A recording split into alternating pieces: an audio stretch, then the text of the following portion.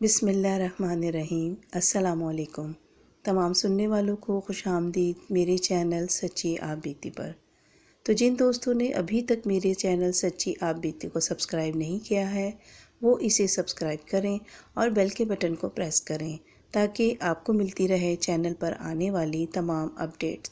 جو دوست میرے چینل پر ابھی نئے آئے ہیں انہوں نے میرے چینل کو ابھی سبسکرائب کیا ہے، میں اپنے ان تمام نیو سبسکرائبر کو دل سے خوش آمدید کہتی ہوں۔ اور جو دوست اپنی سچی آپ بیتی میرے ساتھ شیئر کرنا چاہتے ہیں وہ انسٹاگرام پر آ کر اپنی سچی آپ بیتی میرے ساتھ شیئر کر سکتے ہیں۔ اور آپ تمام دوستوں کا بے حد شکریہ جنہوں نے میرے چینل کو پسند کیا۔ تو چلتے ہیں آج کی سچی آپ بیتی کی طرف جو کہ ہمیں ثنا سحر نے بھیجی ہے۔ سنتے ہیں ثنا سحر کی سچی آپ بیتی۔ ثنا سحر بتاتی ہیں کہ یہ واقعہ بساط خود ان کے ساتھ پیش آیا جب وہ تقریباً 7 سے 8 سال کی تھیں۔ ان کے والد صاحب آرمی میں ڈاکٹر تھے اور ان کی پوسٹنگ جو تھی ایبٹ آباد سے کوئٹہ میں ہوئی تھی، اور یہ اپنی فیملی کے ساتھ کوئٹہ آ گئے اور ان کو ایک روم دیا گیا جو کہ اچھا روم تھا۔ وہ دن تو ان کا جو تھا رات بہت سکون سے گزر گئی۔ اگلے دن ان کی جو تھی ویلکم پارٹی تھی، تو یہ لوگ جب رات میں ویلکم پارٹی اٹینڈ کر کر اس روم میں آئے تو جیسے ہی ان کے والد صاحب نے جو کمرے میں کارپیٹ بچھا ہوا تھا اس کے اوپر چلے ہیں تو ایسا لگ رہا تھا کہ جیسے اس کے اوپر ڈھیروں کانٹے پڑے ہوئے ہوں، اور ان کے والد صاحب کا جو پاؤں تھا وہ خون سے لت پت ہو گیا اور اس کے جو نشانات تھے پورے کارپیٹ کے اوپر پڑ گئے، اور اسی طرح ان کا پاؤں بھی اسی چیز سے جو کارپیٹ پہ تھی زخمی ہو گیا اور خون سے لت پت ہو گیا۔ خیر اس چیز کا ذکر ان کے والد صاحب نے فوراً ہی انتظامیہ سے کیا، تو انہوں نے ان کا جو روم تھا وہ چینج کر دیا۔ یہ لوگ روم چینج کر کے دوسرے والے روم میں جب آئے ہیں تو وہ رات بھی ان کی کوئی کافی سکون سے نہیں گزری۔ ان کے والد صاحب نے انتظامیہ سے کہا کہ ان کو کوئی اور جگہ ارینج کر کے دی جائے، تو انہوں نے کہا کہ کوئی دوسری وہ ہے، کوئی اور یونٹ ہے تو اس کا میس خالی ہے تو آپ فی الحال وہاں تشریف لے جائیں۔ میرے والد صاحب نے ہمیں لیا اور ہم لوگ اپنی فیملی کے ساتھ اس میس میں شفٹ ہو گئے۔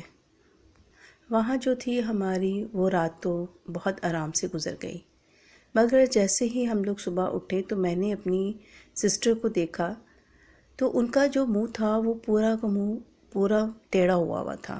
مجھے تو اس چیز کی بالکل بھی سمجھ نہیں آئی، مگر جب میری والدہ صاحبہ نے ان کو دیکھا تو وہ سمجھ گئیں کہ ان کو لقوہ ہوا ہے۔ ہم لوگ ویسے تو ٹھنڈے علاقے سے ہی آ رہے تھے اور یہ بھی اسی طرح کا علاقہ تھا۔ خیر میرے والد صاحب اور میری والدہ نے ڈاکٹر کو دکھایا، بیماری تھی الحمدللہ ٹھیک ہو گئی۔ پھر اس کے بعد ہمیں ایک MAQ الاٹ ہوا جو کہ میرڈ جو آفیسرز ہوتے ہیں ان کو الاٹ کیا جاتا ہے۔ MAQ وہ اس کو کہتے ہیں کہ جب تک ہمیں کوئی بنگلو الاٹ نہیں کیا جاتا تو آفیسرز کو اپنی فیملی کے ساتھ اس میں رہنا پڑتا ہے۔ یہ جو MAQ تھا یہ 2nd فلور پہ تھا، اس میں 2 روم تھے، کامن تھا، کچن واش روم جو بھی اس طرح کی تھی، اس طرح کا یہ بنا ہوا تھا۔ خیر ہم لوگ کچھ عرصے کے لیے اس میں شفٹ ہو گئے۔ یہ جو فلیٹ تھا ان 2 جگہوں کے مقابلے میں ہمارے لیے کچھ بہتر تھا۔ دن گزرتے گئے اور اسی دوران میں شب معراج آ گئی۔ میں اور میری سسٹر شب معراج میں عبادت کر رہے تھے، تو میری سسٹر نے مجھ سے کہا کہ میں کچھ دیر آرام کرنے کے لیے روم میں جا رہی ہوں، اگر آپ بھی چاہتی ہیں تو چلیں۔ میں نے کہا کہ نہیں میں عبادت کروں گی، تو انہوں نے کہا میں کچھ دیر آرام کر کے دوبارہ آپ کے ساتھ آ کے عبادت میں شامل ہو جاؤں گی۔ خیر وہ چلی گئیں اور میں اپنی عبادت کرنے لگی۔ کچھ دیر گزری تھی، میں نماز سے فارغ ہوئی تو میں نے کہا کہ کچھ دیر میٹرس کے اوپر بیٹھ کر تسبیح کی جائے، تو میں ابھی تسبیح کر رہی تھی، ایک تسبیح بھی ابھی میری کمپلیٹ نہیں ہوئی تھی کہ مجھے ایسا محسوس ہوا کہ جیسے کہ میں ہوا میں بلند ہو رہی ہوں۔ میں نے کہا کہ شاید نیند مجھے آ رہی ہے، غنودگی کی وجہ سے مجھے ایسا محسوس ہو رہا ہے، تو میں نے فوراً ہی اپنا سر جھٹک دیا اور دوبارہ سے اپنی عبادت میں تسبیح میں مشغول ہو گئی، مگر دوبارہ سے ہی مجھے ایسا محسوس ہونے لگا کہ جیسے کہ میں اوپر کی طرف اٹھتی چلی جا رہی ہوں۔ میں نے پھر سے اپنے آپ کو اس وہم سے نکالنے کی کوشش کی اور اس سب کو جھٹکا، مگر اسٹل میں اوپر اوپر اور اوپر ہی جاتی جا رہی تھی، اور میرے ساتھ ساتھ میری جانماز بھی اوپر کی طرف ہی اٹھتی جا رہی تھی۔ آپ یقین کیجئے کہ اس ٹائم میرے ذہن میں اس طرح کی کوئی بات بھی نہیں آئی، کیونکہ ہمارے گھر میں ان چیزوں پہ بالکل بھی بلیو نہیں کیا جاتا تھا۔ ہمیں یقین ہی نہیں تھا کہ ایسی چیزیں ہوتی ہیں، کیونکہ ہمارے والد صاحب جو تھے وہ اس بات پہ بہت سخت خفا ہوتے تھے کہ ہم لوگ اس طرح کی کوئی کہانیاں یا قصے یا ان باتوں پہ بالکل بھی یقین کریں۔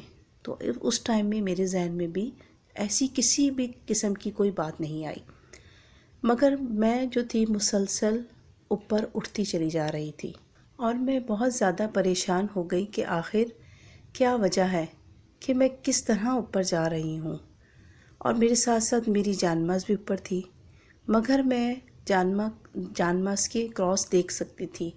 جب میں نے نیچے جھانک کر دیکھا تو میں ویسے ہی نیچے بیٹھی عبادت کر رہی تھی، جو کہ مجھے بہت شاکنگ لگا۔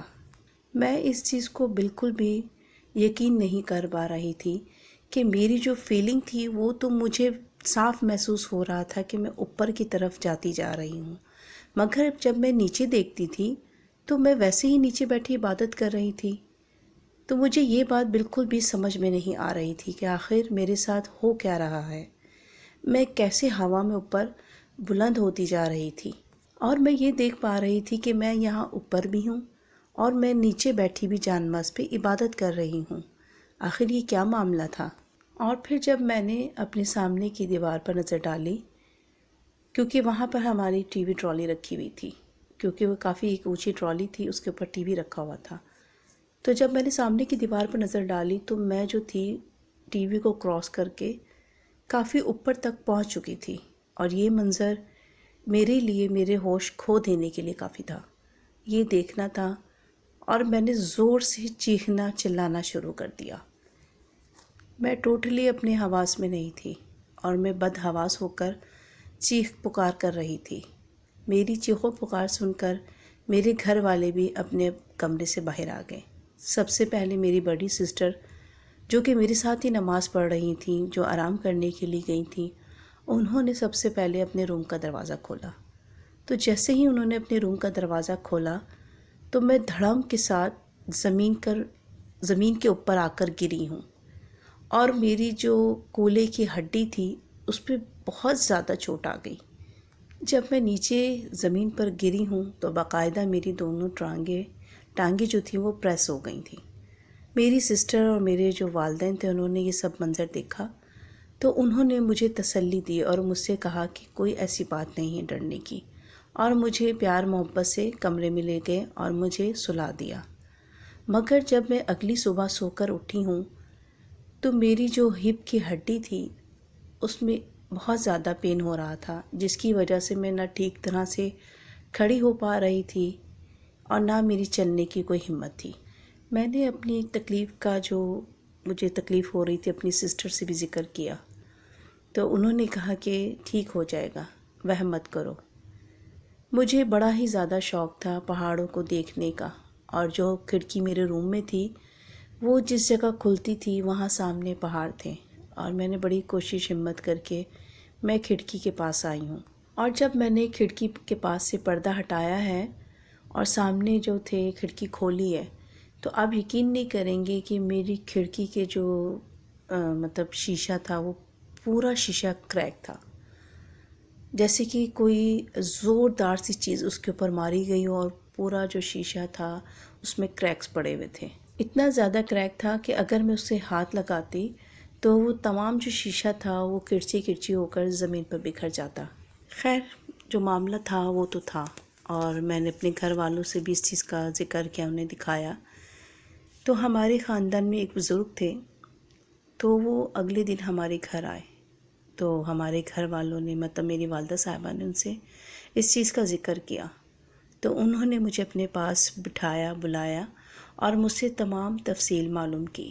تو انہوں نے مجھے کہا کہ آپ ہر روز اس طرح کی پریکٹس کیا کریں تو آپ کو زیادہ سے زیادہ جو کرامات ہیں دیکھنے کو ملیں گی۔ مگر اس کے بعد دوبارہ میرے ساتھ پھر کچھ ایسا نہیں ہوا، مگر ایک انکمفرٹیبل فیلنگ جو تھی وہ ہم سب محسوس کر رہے تھے۔ تو میری والدہ صاحبہ نے دوبارہ ان سے اس چیز کا ذکر کیا، ان سے کہا کہ جب سے ہم اس فلیٹ میں آئے ہیں تو کچھ نہ کچھ انہونی سی ہمارے ساتھ ہوتی ہے۔ کبھی کبھی تو ایسا لگتا ہے کہ جیسے کوئی چھوٹا سا بچہ رو رہا ہو، یا کبھی ایسا ہوتا ہے کہ کسی عورت کے بولنے کی یا رونے کی آواز آ رہی ہو۔ تو ان جو بزرگ تھے، جو ہمارے خاندان کے بزرگ تھے، انہوں نے کہا کہ میں یہاں کسی نیک بزرگ کو جانتا ہوں جو کہ ایک پہنچے ہوئے عالم ہیں، تو آپ لوگ ایسا کیجئے کہ میرے ساتھ چلیں وہاں پر۔ میرے والد اور والدہ ان چیزوں پہ یقین نہیں رکھتے تھے، تو میری والدہ نے ان سے کہا کہ بھائی آپ جانا چاہتے ہیں تو آپ چلے جائیں، میں نہیں جاؤں گی وہاں پر۔ تو خیر وہ جو بزرگ تھے ہمارے خاندان کے، وہ ان عالم کے پاس گئے اور انہیں ہمارے ساتھ جو ہونے والے تمام واقعات تھے وہ انہوں نے اس چیز کا ذکر کیا۔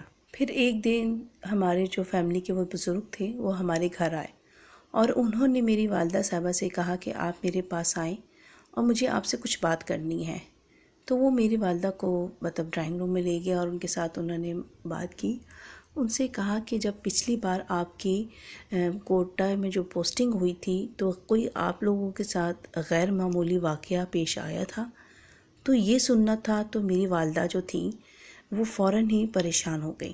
یہ سننا تھا تو میری والدہ صاحبہ کے سامنے تو ایسا سمجھے کوئی فلیش بیک آ گیا ہو، اور انہوں نے کہا کہ ہاں بالکل ہمارے ساتھ ایک واقعہ پیش آیا تھا۔ تو انہوں نے کہا کہ بتائیے کیا ہوا تھا آپ لوگوں کے ساتھ۔ میری والدہ نے بتایا کہ ہم لوگوں کی جو فرسٹ ٹائم کوئٹہ میں پوسٹنگ ہوئی تھی تو یہ 1980 کا واقعہ تھا، جب میری نئی نئی شادی ہوئی تھی اور ہم لوگوں کی پوسٹنگ کوئٹہ میں کر دی گئی، جب میرے بچے بھی نہیں تھے اور ہم لوگ ابھی بالکل کہہ لیں کہ شادی ہوئی تھی تو اس کے کچھ دنوں کے بعد ہم لوگ وہاں پر چلے گئے۔ جو گھر ان لوگوں کو الاٹ کیا گیا تھا تو وہاں پہ ان لوگوں سے پہلے، ہم لوگوں سے پہلے ہماری پوسٹنگ سے پہلے ایک میجر صاحب رہا کرتے تھے جنہوں نے اپنی جو وائف کا مرڈر کیا تھا اس گھر میں۔ جب میرے والد اور والدہ اس گھر میں گئے تو اس گھر کے فرش اور دیواروں پر خون تھا، دیواروں پہ بہت جگہ خون کے چیٹے تھے اور فرش بھی تھا، جگہ جگہ خون کے دھبے پڑے ہوئے تھے۔ ہمارے جو ہیلپر ہوتے ہیں، جب ان سے کہا گیا اس کو صاف کرنے کے لیے تو انہوں نے صاف انکار کر دیا کہ نہیں، ہم نہیں کر سکتے یہ کام آپ اگر کرنا ہے تو خود کیجئے۔ پھر میری والدہ اور میرے والد صاحب نے خود اپنے ہاتھوں سے وہ خون کے دھبے صاف کیے اور وہ گھر پوری طرح سے اس کو صاف کیا، دونوں میاں بیوی نے مل کر، اور انہوں نے کپڑے سے دیواریں اور فرش صاف کیے تھے۔ اور جب میری والدہ اور والد رات میں اپنے گھر ہوا کرتے تھے تو ان کو اکثر عجیب و غریب آوازیں بھی آیا کرتی تھیں، اور کبھی کبھی تو میری والدہ کو اکیلی بھی رہنا ہوتا تھا کیونکہ میرے والد صاحب آرمی میں ڈاکٹر تھے اور ان کی نائٹ شفٹ بھی ہوا کرتی تھی۔ تو میری والدہ صاحبہ نے بتایا کہ رات میں مجھے عجیب و غریب آوازیں آتی تھیں، مگر میں ان آوازوں کو اپنے ذہن سے جھٹکنے کی کوشش کرتی تھی اور اپنے آپ کو بہلاتی تھی کہ نہیں، ہو سکتا ہے اوپر کوئی بلی ہو، کوئی جانور ہو، اس کی آواز ہوگی، کیونکہ اس علاقے میں گیدڑ بھی بہت بڑی تعداد میں تھے۔ تو میری والدہ کہتی تھی کہ شاید کوئی گیدڑ ہو، اپنے اس وہم کو وہ جھٹک دیا کرتی تھیں۔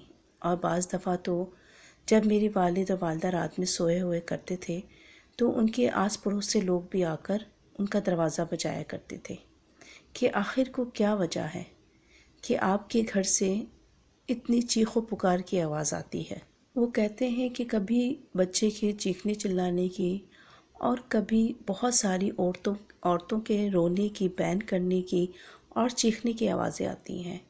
تو میرے والد صاحب اور والدہ کہتے تھے کہ نہیں، ہمیں تو کچھ ایسا محسوس نہیں ہوا، ہم لوگ تو بہت آرام سے سو رہے ہیں، ہمیں تو اس طرح کی کوئی بھی آواز نہیں آئی۔ تو ان کے جو آس پڑوس کے لوگ تھے ان میں بڑی بوڑھیاں، مطلب ان کی والدہ بھی ہوا کرتی تھیں، کسی کی ساس ہوتی تھیں، تو انہوں نے کہا کہ اگر آپ مائنڈ نہ کریں تو جس دن آپ کی نائٹ ڈیوٹی ہوا کرے گی تو اس دن کوئی بھی بڑی عورت خاتون مطلب آپ کی بیگم کے پاس آ کر رات گزار لیا کریں گی۔ مگر میرے والد صاحب نے اس آفر کو قبول نہیں کیا۔ انہوں نے کہا نہیں، ایسی کوئی بات نہیں ڈرنے کی۔ اور میری والدہ صاحبہ نے کہا کہ نہیں، مجھے کوئی پرابلم نہیں ہے، میں نہیں چاہتی کہ میری وجہ سے کسی کو کوئی تکلیف ہو۔ میری والدہ اور والد نے جب بھی ہمیں یہ واقعہ سنایا تو انہوں نے بہت ہی لائٹلی انداز میں ہنس کھیل کے ہمیں یہ بات بتائی کہ مطلب کبھی ان کو یہ محسوس انہوں نے ہمیں نہیں کروایا کہ مطلب کوئی ڈر والی بات تھی یا کچھ ایسا تھا۔ انہوں نے اس چیز کو اپنے سر پہ سوار نہیں کیا۔ اور جب یہ بات میری والدہ نے ان بزرگ کو بتائی جو کہ ہمارے خاندان کے تھے، تو انہوں نے کہا کہ یہ بات ایسی ہے کہ آپ لوگوں نے اس کو سیریس نہیں لیا، کیونکہ وہاں جو بھی کوئی چیز تھی وہ آپ کو کنوے کرنا چاہ رہی تھی یا آپ کو کوئی میسج دینا چاہ رہی تھی جو کہ آپ دونوں میاں بیوی نہیں سمجھ پائے، اور آپ لوگوں نے اس کا میسج نہیں سمجھا۔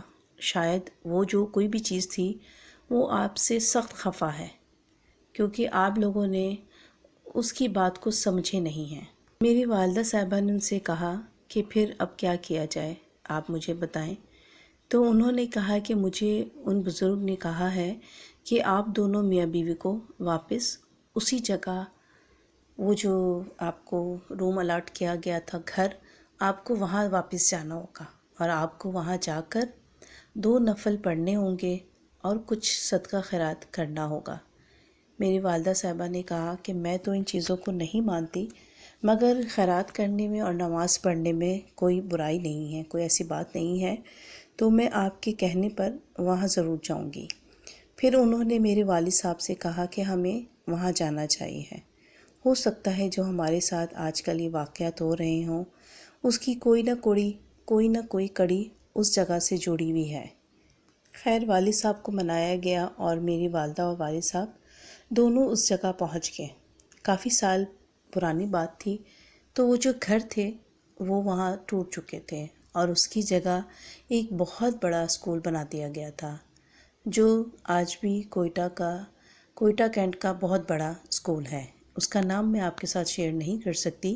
خیر میری والدہ اور والد صاحب نے اسکول انتظامیہ سے بات کی اور ان سے کہا کہ ہم اس جگہ پہ نماز پڑھنا چاہتے ہیں، تو انہوں نے کہا کہ کوئی مسئلہ نہیں، آپ لوگ نماز پڑھ سکتے ہیں۔ اور ویسے بھی سنڈے کا دن تھا اور اس جگہ کا تعین کیا گیا۔